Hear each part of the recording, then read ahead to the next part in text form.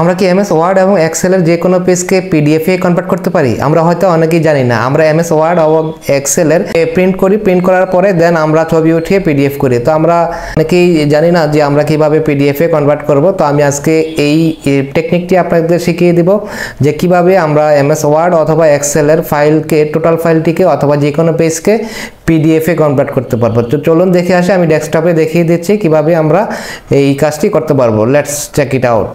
সেজন্য আমরা পিডিএফ করার জন্য এক্সেল অথবা ওয়ার্ডের যে কোনো একটি পেজ ওপেন করে নেব। তো আমি এখানে এক্সেলের একটি পেজ ওপেন করে নিয়েছি। তো আমি যেই পেজটিকে পিডিএফ করব সেই পেজটিকে সিলেক্ট করে নেব। তো আমি মাউস দিয়ে এই পেজটিকে সিলেক্ট করে নিচ্ছি।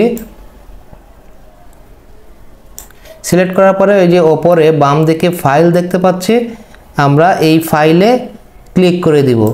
তো আমি ফাইলে ক্লিক করে দিচ্ছি। দেন ফাইলে ক্লিক করার পরে আমরা এই যে এখানে দেখতে পারবো, এখানে লেখা আছে প্রিন্ট। তো আমি প্রিন্টে ক্লিক করে দিচ্ছি। প্রিন্টে ক্লিক করে দেওয়ার পরে এখানে আমরা এই যে প্রিন্টার এখানে লেখা আছে, আমরা প্রিন্টারের এখানে কাজটুকু করব, মেন কাজটুকু।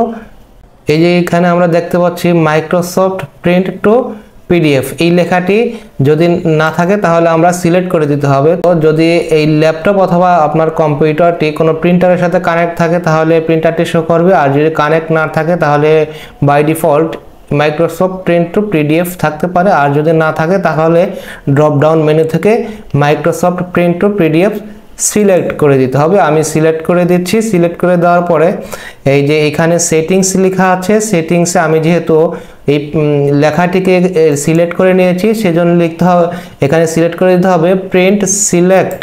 তো প্রিন্ট সিলেক্ট করে দেওয়ার পরে এই যে দেখতে পাচ্ছি ডান দিকে প্রিভিউ দেখাচ্ছে।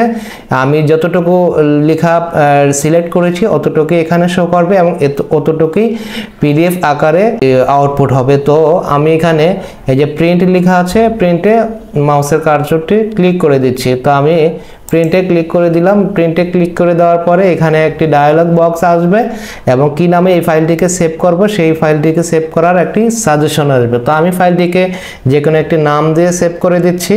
তো এই ফাইলটিকে আমি এমএম দিয়ে সেভ করে দিচ্ছি এবং কোথায় সেভ করব সেই ডিরেকশনটি আমি এখানে দেখিয়ে দিচ্ছি। তো আমি এখানে ডেস্কটপে সেভ করব, সেই জন্য আমি ডেস্কটপে সিলেক্ট করে দিয়ে সেভে ক্লিক করে দিচ্ছি। ব্যাস হয়ে গেল, আমার কাজ শেষ। এখন আমরা দেখব যে এই পেজটি পিডিএফ আকারে সেভ হয়েছে কিনা। সেজন্য আমি আবার ডেস্কটপে চলে যাব। ডেস্কটপে যেয়ে দেখব যে এই পেজটি পিডিএফ আকারে সেভ হয়েছে কিনা। যে আমরা দেখতে পাচ্ছি ডেস্কটপে একটি ফাইল সেভ হয়ে গিয়েছে। তো আমি ফাইলটিকে ডাবল ক্লিক করব। এই ফাইলটি পিডিএফ একটি ফাইল তৈরি হয়ে গিয়েছে। এখন দেখব যে এই পিডিএফ ফাইলটিতে আমরা যা সিলেক্ট করেছিলাম লেখাগুলো আছে কিনা। এই যে আমরা দেখতে পাচ্ছি আমাদের একটি পিডিএফ হয়ে গিয়েছে, অর্থাৎ আমরা যেই পেজটিকে সিলেক্ট করেছিলাম পিডিএফ করার জন্য এই পেজটি পিডিএফ হয়ে গিয়েছে।